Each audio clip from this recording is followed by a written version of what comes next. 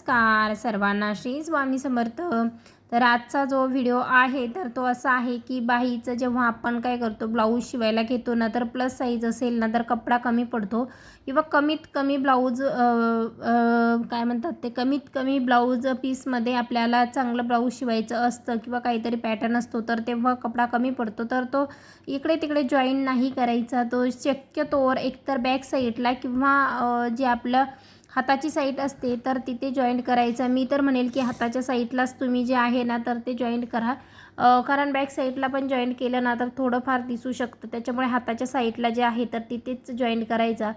तर काय करायचं, जेव्हा आपण जेवढा कपडा कमी पडतो आहे ना तर तो एका साईडला न घेता बाहीच्या दोन्ही साईडला थोडं थोडं जे आहे ना तर ते जॉईंट करून घ्यायचं। आणि जॉईंट करताना व्यवस्थित बघून घ्यायचं, उलटा आणि सरळ ज्या साईडला आपण अस्तर लावून घेतले तर त्या साईडला जॉईंट मारून घ्यायचा आणि तो पलटी करून घ्यायचा। फिनिशिंग जर तुम्हाला ब्लाऊजला ड्रेसला फिनिशिंग पाहिजेत असेल तर एकच काम नेहमी नेहमी केल्यापेक्षा हळूच करायला पाहिजेत, कारण जेव्हा आपल्याला फिनिशिंग पाहिजेत असेल ना तर आपण काय करतो, एकदम शिलाई जी आहे तर ते फास्ट आपल्याला तेवढं शिवून टाकायचं असतं, म्हणून आपण एकदमच मारून देतो शिलाई आणि मग नंतर जे आहे तर ते शिलाई काढायला लागते। कधीतरी घाईमध्ये चुकीचं होऊन जातं आणि आपण कितीही नंतर ते प्रयत्न केला ना तरीसुद्धा त्याची फिनिशिंग व्यवस्थित येत नाही। जेव्हा आपण कामं करतो ना आपण, तर तेव्हा काय करायचं, प्रत्येक हे जे आहे ना तर ते व्यवस्थित यायला पाहिजे। थोडा वेळ लागला तरीसुद्धा चालेल आणि स्टार्टिंगला जो आहे ना तर तो थोडा जास्तच वेळ लागतो,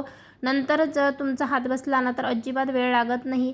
आता आपण हे जॉईंट करून घेतला, त्याच्यावर एक दाब टीप टाकून घेतली म्हणजे शिलाई अजिबातच दिसत नाही आहे, म्हणजे फिनिशिंग दिसते एकदमच असं दुसरा कपडा जॉईंट केल्यासारखं अजिबात वाटत नाही आहे। त्याच्यानंतर इथे जे आहे तर ते आपण बाही बनवून घेऊ। बाहीच्या ज्या खालच्या साईडला जे आहे ना तर ती अशी एक सरळ शिलाई मारून घेऊ। शिलाई मारताना फिनिशिंग यायची असेल तर मी तुम्हाला परत सांगते की हळू आणि एका लाईनमध्ये शिलाई यायला पाहिजेत। आता याचा जो व्हिडिओ आहे तो आपल्या चॅनलवरती अवेलेबल आहे, तुम्हाला पाहायचं असेल तर मी लिंक डिस्क्रिप्शन बॉक्समध्ये देते किंवा तुम्ही आपल्या चॅनलवरती जाऊनसुद्धा बघू शकता। आता जी आपण शिलाई मारली तर तिचं जे एक्स्ट्राचा कपडा असतो आतला तर तो अस्तरच्या साईडला घेतला आणि त्याच्यावरती जे आहे ना तर ती एक दाब टीप मारून घेतले, म्हणजे जेव्हा पण आपण असं फोल्ड करू ना तर ते कुठेही कोणे किंवा एकदमच फोल्ड होणार नाही किंवा कुठे कमी जास्त जे होतं ना तर तसं काही होत नाही। शिलाई जी आहे तर ते एक्स्ट्राची मारायची म्हणजे ते व्यवस्थित येऊन जातं।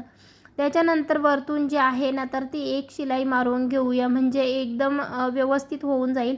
आणि शिलाई मारताना सारखा जो आहे तर तो असा हात फिरवत राहायचा, कारण जेव्हा पण आपण ब्लाऊज शिवतो, ड्रेस शिवतो ना तर त्याला एकदम असं प्रॉपर प्रत्येक वेळेला आपण टाचना लावू शकत नाही आहे किंवा आपण त्याला ग्लू वगैरे पण लावू शकत नाही। पण जेव्हा पण आपण स्टिच करतो ना तर तेव्हा काय करायचं, थोडं असं हात फिरवत राहायचं म्हणजे ते व्यवस्थित होऊन जाईल।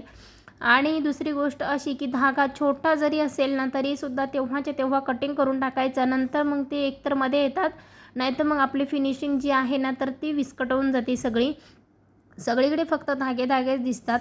त्याच्यानंतर जे आहे ना तर ते अस्तर आणि जो मेन कपडा असतो तर त्याच्यावरती थोडीशी अगदी एक पेरची मार्जिन देऊन जे आहे ना तर ती अशी शिलाई मारून घ्यायची, म्हणजे व्यवस्थित असं होऊन जाईल। आणि एक्स्ट्राचा जो कपडा आपण कटिंग केलेला असतो, जो मेन फॅब्रिक असतो तो थोडा एक्स्ट्राचाच आपण कटिंग केलेला असतो, तर तो सुद्धा कटिंग करून टाकायचा। व्यवस्थित अशी फिनिशिंग येऊन जाते, जरा पण इकडे तिकडे होत नाही। आणि जेव्हा पण आपण ब्लाऊजला बाही लावतो ना तर तेव्हासुद्धा एकदम व्यवस्थित अशी लागते, कुठेही कमी जास्त होत नाही, कुठे शिलाईसुद्धा निघत नाही। तर ही ट्रिक तुम्ही नक्की ट्राय करून बघा।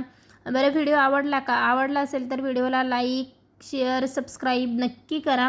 आणि दादांनी कमेंट केली, आजच केली होती की ताई व्हिडिओ एक्सरसाइजचे व्हिडिओ येत नाही आहे, तर काय ना दादा, जरा नवरीच्या ब्लाऊजची ऑर्डर होती त्याच्यामुळे मला जमलं नाही, व्हिडिओ बनवून ठेवले, एडिट करून ठेवले, पण व्हॉईस ओव्हर द्यायला काही जमलेलं नाही आहे, तर प्लीज सॉरी, तेवढं समजून घ्या। आता झालं आहे ऑर्डर कंप्लीट आणि आता जे आहे ना तर ते मी व्हिडिओ नक्की टाकेल। प्रत्येक वेळेला ना टाईम भेटत नाही, मुलं वगैरे एवढं सगळं एकत्र येऊन जातं त्याच्यामुळे, तर हे बघा, हे अशी छान अशी फिनिशिंग आली. हे 2 जॉईंट लावले तर ते वेगळे आहे म्हणून तरी दिसतात, नाही तर असे तर त्याच कपड्याचे असते ना तर बिलकुलही दिसले नसते. असेही दिसत नाही, असं वाटतंय ते वरच्या साईडला जे आहे ना तर त्याचाच तो कपडा असावा. तर हे बघा, अशी एकदम व्यवस्थित जी आहे ना तर ती बाही येऊन गेली. फिनिशिंगसुद्धा खूप सुंदर आलेली आहे आणि इथे मध्ये जे आहे ना तर ते टॅग करून घ्यायचं. चला भेटूया नेक्स्ट व्हिडिओमध्ये. Thanks for watching my video.